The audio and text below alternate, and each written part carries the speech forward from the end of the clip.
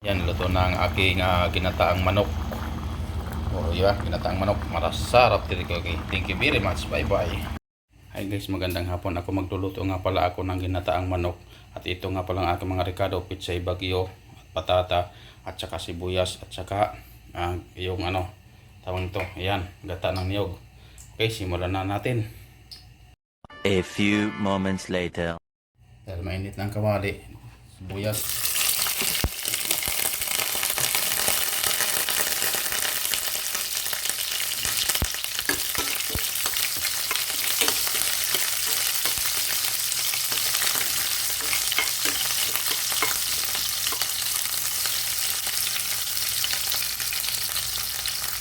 A few moments later.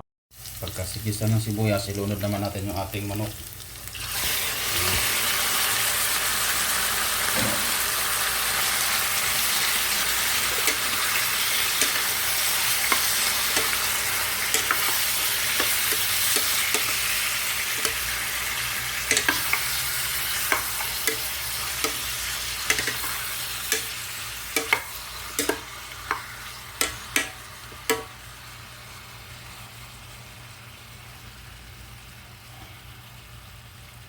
A few moments later.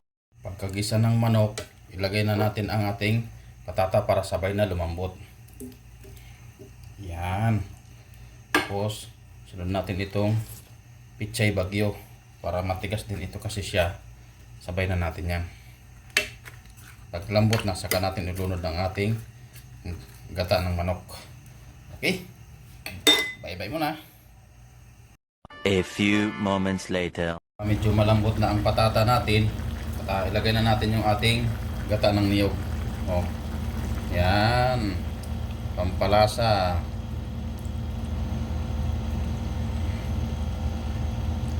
Yun. Diba? Napakasarap.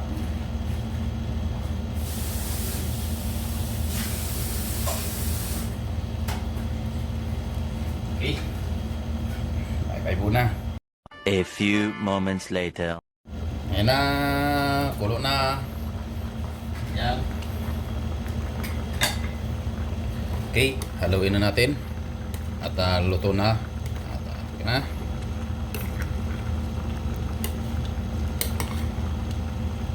Yan. Okay. Da. Aw, sarap. Tapos lagyan natin ng sili, pangpanghang. Ito, pangpagana. Okay. Yan. Okay. Sarap. Okay.